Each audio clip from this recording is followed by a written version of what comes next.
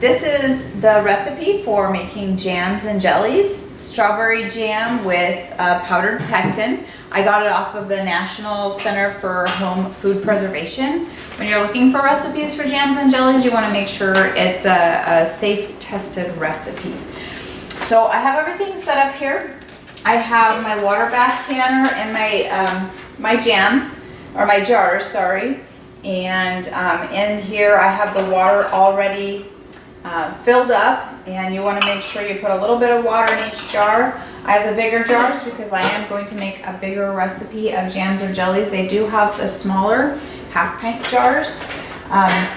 So I have the pan or the pot ready, and 2 Sure-Gels.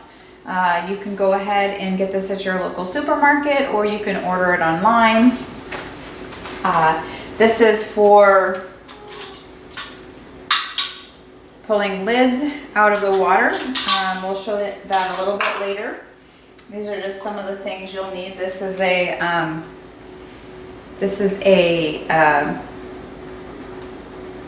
strainer. Strainer. Okay. And it has a funnel, and it has some markings up the side here that you can measure. We go ahead and use the inches, and we'll show you how to do that a little bit later. You're going to need a ladle to ladle out the jam into your jars. These are the kind of lids that I use. It's a Ball brand, but they have other brands that you can use. And then I went ahead and I have my rings ready, and the rings are already cleaned. I soaked them in bleach, get them ready for processing food. That's just one of the many things you can do to keep everything safe. So what we'll do is we'll go ahead and before we start, we're going to want to start our water and get everything warmed up in here and let the jars sanitize themselves. And so that's what we'll go ahead and start doing, and then we'll cut up the strawberries. I make some strawberry jelly, and actually it's strawberry jam because jam is like whole fruit and jelly is strained. So you strain out everything except the liquid. So we went ahead and went to the store and got some strawberries, and we're washing them up, and then we're going to cut them up and we're going to put them in the blender because we want them to be nice and mashed, or the food processor. If you don't have a food processor, you can use a potato masher and just mash them by hand. But we're going to go ahead and use a food processor today. So we're going to go ahead and get started, and we just cut the tops off the strawberries and then put them in the food processor, and we'll fill it up until we have enough to do the recipe. And we have the sugar all measured out here. So you want to get all of your ingredients ready and everything set up beforehand, because once you start the process, once you start making the jams or jellies, it goes by quick.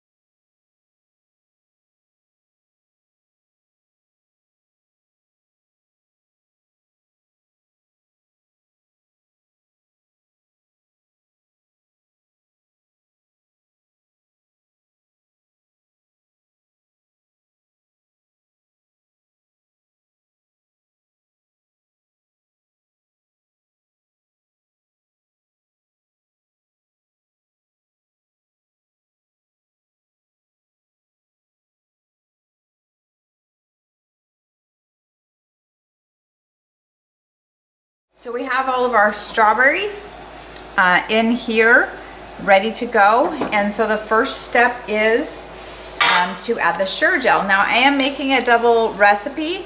So normally you wouldn't, only make a double recipe on certain batches. I've tried the strawberry and it works with a double recipe, but some of the newer recipes or some of the specialty recipes, you only want to do a single batch. So it's a trial by error and it's preference. Some people don't want to do a double batch, but I'm going to go ahead and do that because I've done it and it works. So, okay, so here we go. We're going to add the Sure-Jell. And I go ahead and just kind of pull it over the bowl.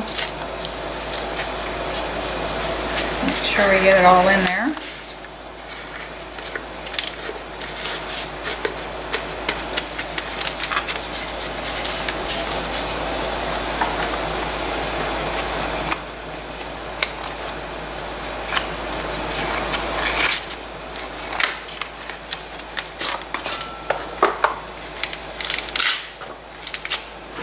You want to make sure your Sure-Jell is not expired. Some people keep Sure-Jell in their house in bulk because it won't set as well. So you want to make sure your Sure-Jell is fresh. Otherwise, your chances of your jelly or jam setting is decreased greatly. Okay, so we're going to go ahead and turn the burner on, and I go ahead and turn it on high, and I just make sure I stir it and keep an eye on it. You don't walk away from a jam or a jelly. You have to be there the whole time. So the first step is to stir it and bring it up to a rolling boil.